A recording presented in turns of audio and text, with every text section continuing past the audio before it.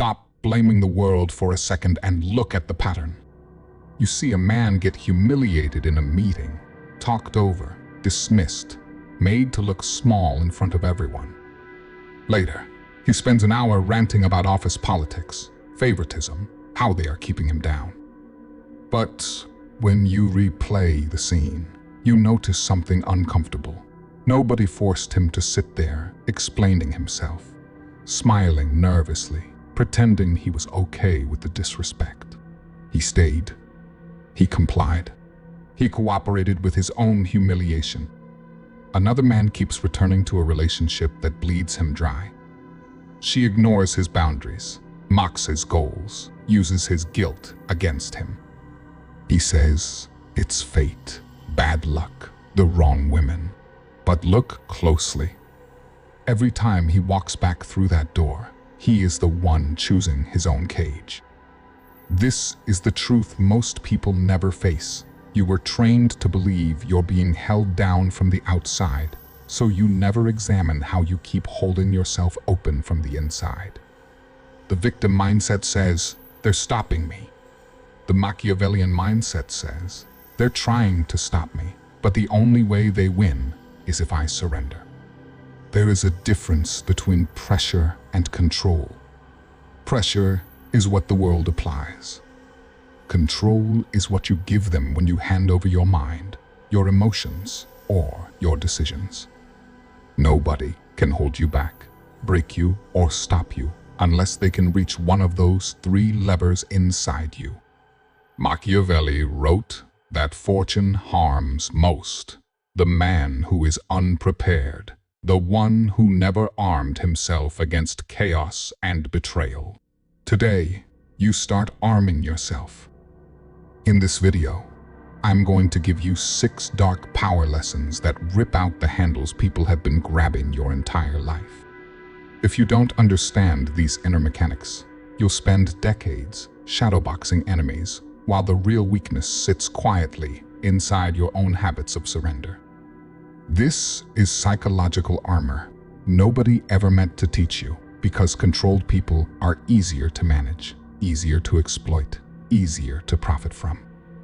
Before we dive into it, we need to draw a hard line between becoming impossible to break and becoming just another petty tyrant who mistakes cruelty for strength.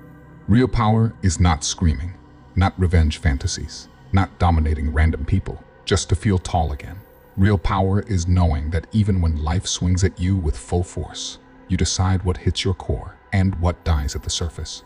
That choice, and only that choice, is where dark strength begins for you now.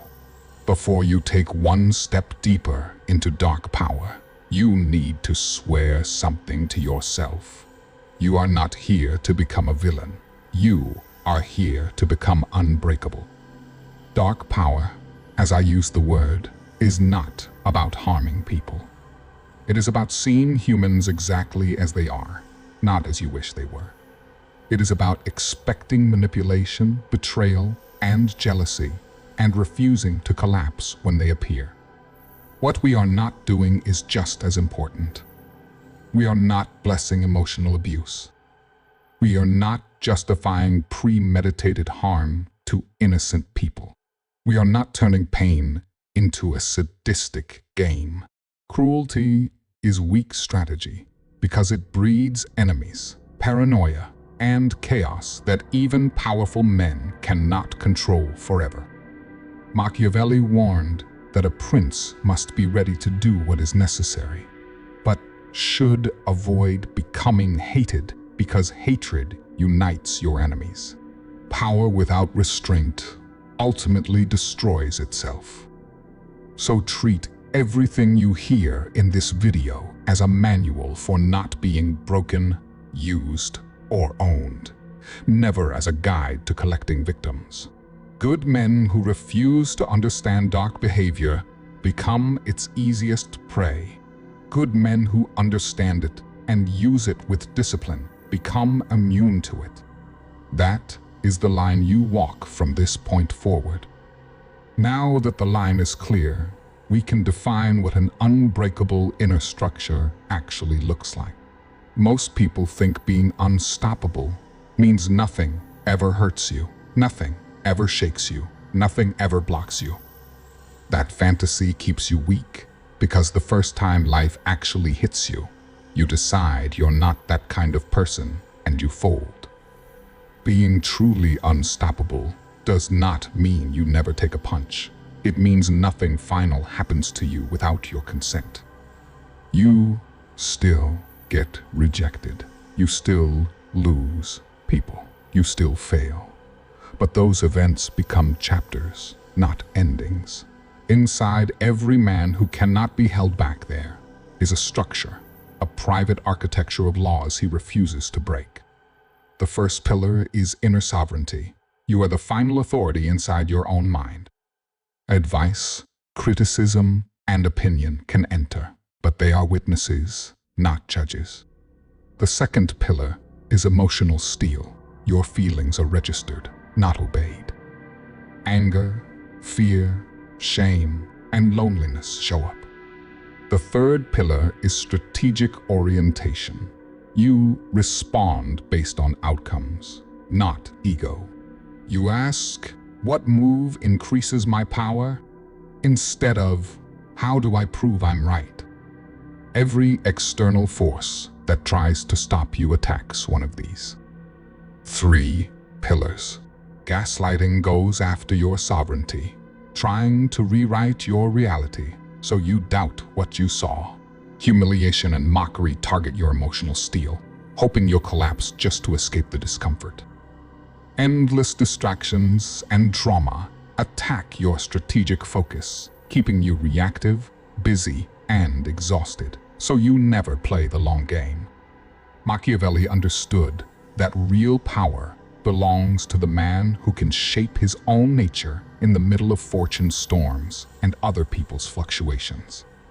Without an inner architecture like this, any motivation, success, or relationship you build can collapse the moment pressure changes, because there is no structure holding you up. The 6 dark lessons you're about to learn are not motivational tricks. They are structural upgrades to these pillars so that, slowly, your default becomes unbreakable. And every upgrade starts at the core, deciding who gets to rule inside your head. You or every loud opinion around you. The moment you answer that question, honestly, you stop being a puppet of circumstance and start becoming an architect of fate, which is where real dark power quietly begins for you. The first law of being unstoppable is brutal and simple. No one's voice is louder in your head than your own. Inner sovereignty means you decide what matters, what you'll tolerate, and what you will pursue, and everyone else's opinion is just weather around a solid fortress. Most men live like occupied territory. Their family, their friends, their bosses, even strangers on the internet are constantly voting on their life, and they obey every vote. The obedient man is always explaining himself, always seeking permission, always reshaping his goals to sound realistic enough that nobody feels threatened.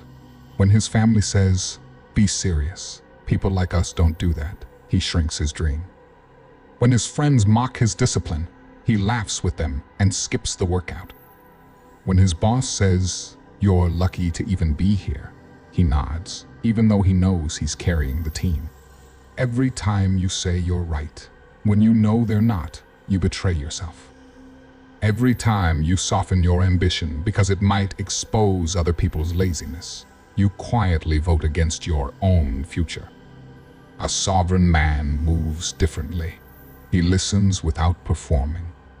He hears their fears, their limitations, their projections, and then he acts according to his own standard anyway. He doesn't announce every decision for approval, like a child asking a parent. He simply decides and lets the results speak. Machiavelli would tell you that a state that lets other nations write its laws is not truly sovereign. Your mind is no different. If other people decide what is allowed for you, then you are a province, not a ruler. Practical sovereignty starts small.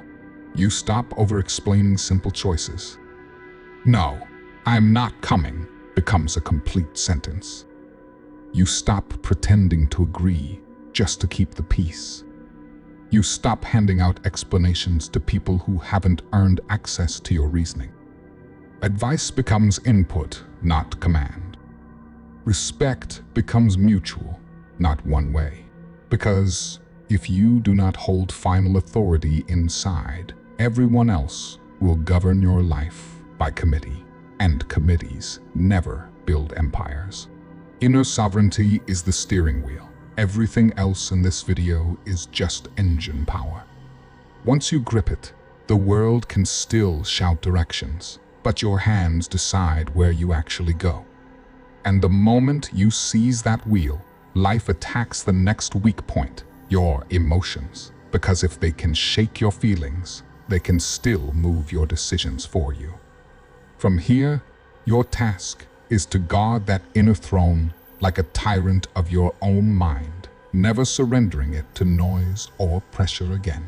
Pain is not the problem. What you decide it means is the problem. Emotional steel doesn't make you a robot. It makes you a commander. You still feel anger, rejection, fear, shame, humiliation, but you no longer bow to them like gods. The fragile man treats every feeling as a verdict on who he is. Criticism becomes an identity attack. Rejection becomes proof he is worthless. Fear becomes a command for freeze. So he bends. He apologizes for existing. He explodes or shuts down, and every manipulator in his life learns exactly which buttons to press. The man of steel feels the same hits, but he translates them differently. Criticism becomes data. What does this reveal about them and about my blind spots? Rejection becomes redirection. Good. Now, I don't waste time where I'm not truly wanted. Fear becomes a signal of growth. This is the edge of my comfort, so this is where I get stronger. You build this by running every emotional hit through a simple process. Feel, name, extract, decide. Feel it fully without drama. Name it clearly. I feel humiliated. Extract the lesson. This teaches me that this person disrespects my role and that I gave them too much access. Decide the action. Next time, they don't get that access. Public embarrassment, a partner pulling away, online hate, all go through the same filter. Instead of, why is this happening to me? You ask, what is this teaching me, and how do I move so it never has this power again? Machiavelli understood that a ruler who panics with the crowd loses power, while the one who anticipates storms and disciplines his own reactions stands firm when others are breaking. Emotional steel is not suppression. Suppression is pretending you don't care while you rot inside. Steel is command. You acknowledge the feeling, but you assign its role. It may inform, but it does not rule. Because if people can reliably trigger you, they own pieces of you, and you are stoppable through your own reactions.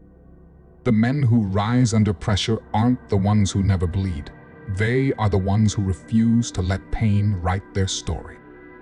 Once you stop obeying your emotions like orders, the next chain becomes visible, your hunger to be liked, which clever people will happily use as a leash if you let them. When approval decides your mood, your choices, and your standards, you are still a slave in better armor, and the world will tug that invisible chain whenever it wants you back in line, like a dog. There's one more invisible chain that turns strong men into obedient performers: the need to be liked. Strategic detachment means you finally choose respect over universal affection, standards over popularity, and you stop being terrified of being misunderstood. Approval addicts move through life like actors on a stage, constantly reading the crowd. They over-explain, they chase closure, they rewrite their opinions mid-sentence when they notice disapproval in someone's eyes. They soften every edge so nobody ever calls them harsh, selfish, or arrogant. Detached strategists do the opposite. They communicate their truth once, cleanly, and then they let people choose, align or leave. If someone ghosts them, they don't send paragraphs, they take note and move on. If a group repeatedly excludes them, they don't beg to be invited, they stop orbiting where they are clearly not valued. If a partner plays the "if you loved me, you would" game, they don't surrender their standards to prove love, they calmly respond, "If you loved me, you wouldn't ask me to betray myself." Strategic detachment rests on a few ruthless rules. Don't fight to stay in rooms where your presence is treated as optional. Don't explain yourself to people who are committed to misunderstanding you. And don't negotiate your non-negotiables just to keep temporary peace.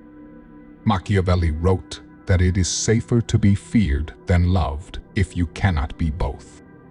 Translated from modern life, it is better to be respected than liked by everyone.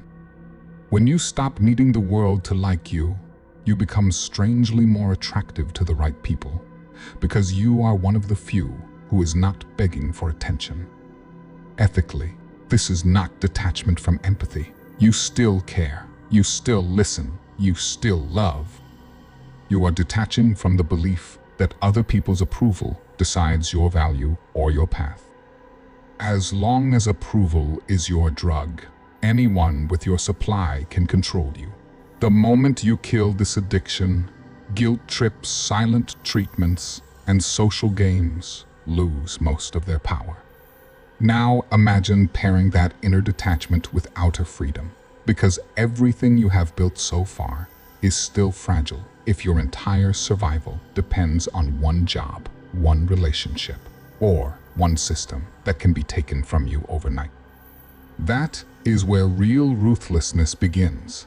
You are willing to be alone rather than owned, willing to be doubted rather than diluted, willing to lose shallow crowds in order to gain a life that actually belongs to you. Once that choice is made, approval loses its throne and becomes your servant forever. Dependency is the quiet contract that makes all your other strength negotiable. As long as one job, one relationship, or one social circle is your only source of money, safety, or belonging, you will always tolerate things that violate your standards, because losing them feels like losing oxygen. Ruthless self-reliance means you start quietly building options so that no single person or institution can ever hold your life in their hands again. Think about the man in a toxic job with no savings and no transferable skills. He knows he is being underpaid, disrespected, maybe even sabotaged, but he nods, smiles, and swallows it because the alternative is panic.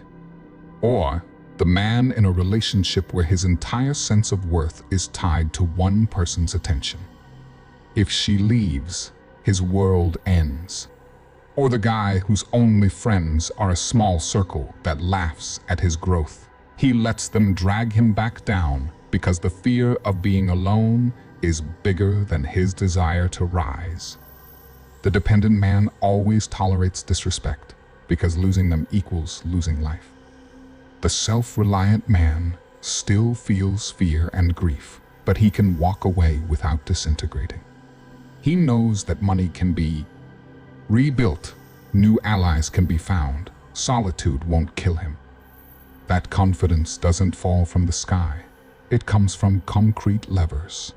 You learn rare skills, so you are not replaceable. You save aggressively, so emergencies become inconveniences, not disasters. You build multiple alliances instead of worshiping one gatekeeper. You nurture solitude, so you can think clearly without constant noise. Machiavelli warned that a prince who depends entirely on other powers for troops or money stands on borrowed legs. The first time they move, he falls.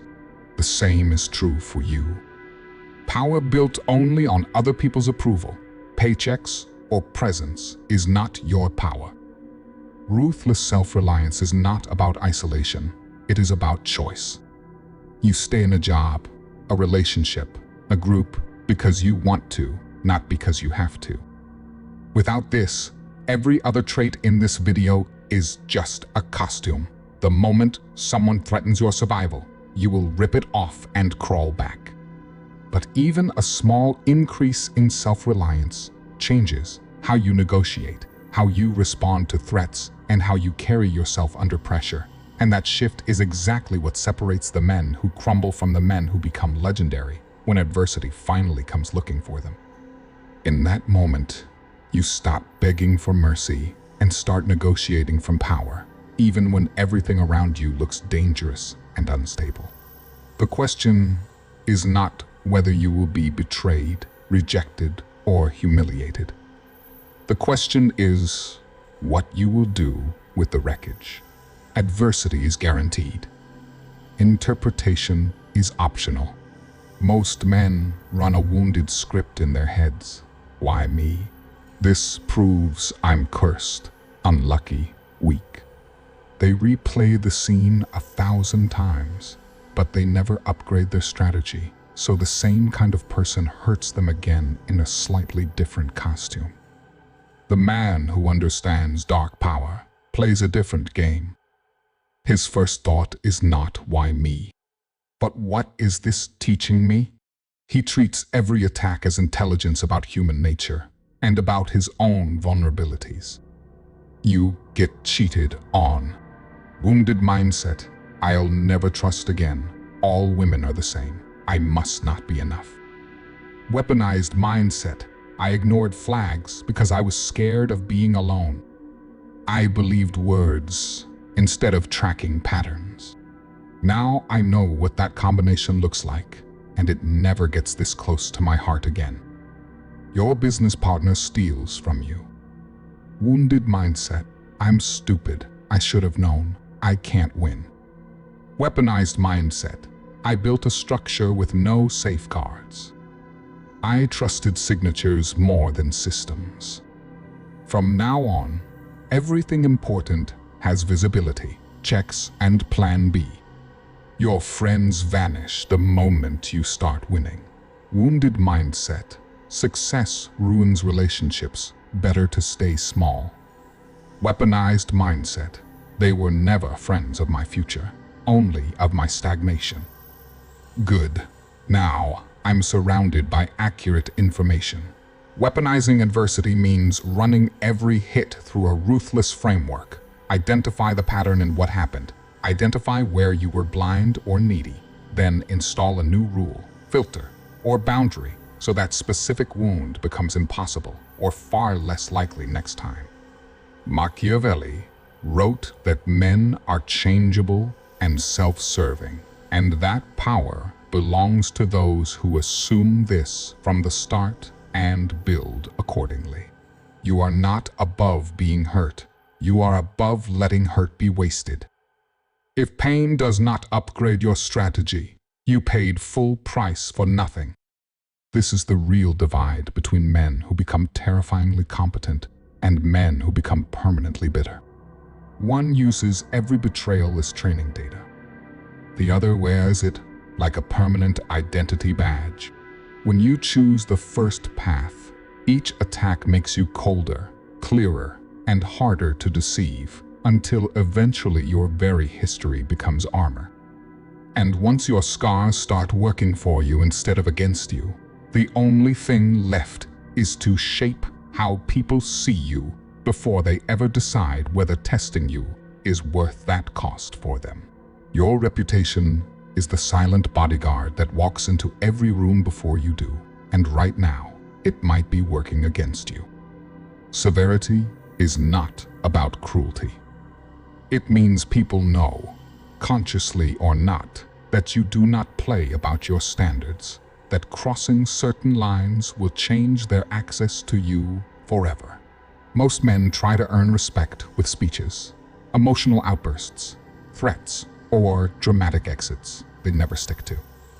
A severe man does almost none of that. He does not react wildly, but when he withdraws or enforces consequences, it is decisive and permanent. He does not gossip. He does not whine. He does not run public pity campaigns.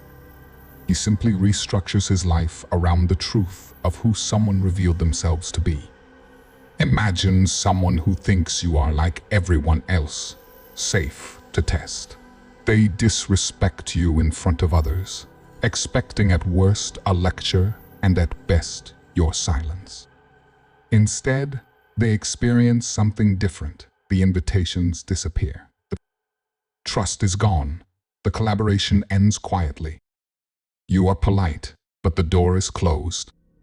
One event, one pattern change, and they feel the cost. Machiavelli wrote that a prince must be feared enough that disobedience seems more dangerous than obedience. In your world, that translates to this. People should know, through experience or observation, that mistreating you is more expensive than respecting you. This is not about threats or boasting. You do not warn people you are dangerous. You let your history speak. Over time, your patterns teach a simple lesson. If you lie, you lose me. If you disrespect me, you don't get another version of me. Inner sovereignty, emotional steel, strategic detachment, ruthless self-reliance, and weaponized adversity all merge here into an aura that quietly says, don't play with this one. A sloppy reputation built on emotional explosions, constant complaining, and inconsistent follow-through makes you a perfect target because predators smell chaos. A strong reputation becomes passive armor. It protects you even when you are not in the room, because people who have seen your severity will warn others what crossing you costs. When you live this way, you don't need to shout about boundaries. People share stories for you. And once your name itself carries weight, you stop chasing respect and start living as the kind of man whose presence is enough warning. From there, your identity stops being confident sometimes and becomes something darker, calmer, and permanent. The foundation for the unstoppable mindset we are about to fully assemble inside you for the rest ahead. Imagine yourself walking into a room now, not as the old you, but as the man forged by these laws. You are not the loudest voice, not the hungriest for attention, not the one scanning faces for approval. You move with a quiet certainty, shoulders relaxed, eyes clear. People feel something has shifted. They can't explain it, but they sense you are not easily guilted, baited, or purchased. You sit, you watch, you speak less, and when you do speak, it is from conviction, not from fear of being misunderstood. You decide what is allowed to affect you. Your emotions are leashed to your goals instead of dragging you away from them. Approval is a luxury, not oxygen. You know you have options, even the ones you've not used yet. So you don't cling to any person, job, or circle like it's the last boat off a sinking ship. Pain no longer becomes proof you are cursed. It becomes a training drill that makes you sharper. Your reputation does advance work for you, warning people that testing you might cost them heavily. Compare this to the man you were. Before, you were reactive, over-explaining, begging to be understood, collapsing when someone withdrew love or status. An insult ruined your day. A betrayal poisoned your year. Now, you are measured, concise, observant. You still get hit, but you rebuild in silence, stronger. Machiavelli said that he who conquers himself is the mightiest warrior. This is what that actually looks like, daily. You stop needing external permission to be powerful. Being unstoppable doesn't mean nothing hurts. It means nothing gets to declare for you that it's over. This identity is a threshold. Refuse to step into it, and you'll slide back the moment life hits. Step through it, and you lose the right to ever play helpless again. Listening changes nothing if your behavior stays the same, so you need a test, not a feeling. For the next 7 days, I want you to run a simple experiment on yourself. Pick 2 dark lessons that hit you the hardest. For example, emotional steel and strategic detachment, or inner sovereignty and ruthless self-reliance. For each one, create a single non-negotiable rule. It might be, I do not explain myself twice, or in the first 10 seconds after a trigger, I only breathe and observe. I do not react. Maybe, if I sense I'm not valued, I stop chasing. Then live with those rules for 7 days straight. Keep a small private log in your phone. Each day, ask, where was I tested? Did I follow my rule or fold? How did people respond differently when I didn't act like the old version of me? You are not aiming for perfection, only conscious repetitions. Even 3 or 4 clean reps in a week can show you how much power you've been giving away for free. Remember the ethical line. These tools exist to protect your dignity, your time, and your sanity, not to torment people who trust you. Real power doesn't need new victims. It needs a new owner. Nobody can hold you back, break you, or stop you unless you quietly agree to it. And from today, that agreement is over.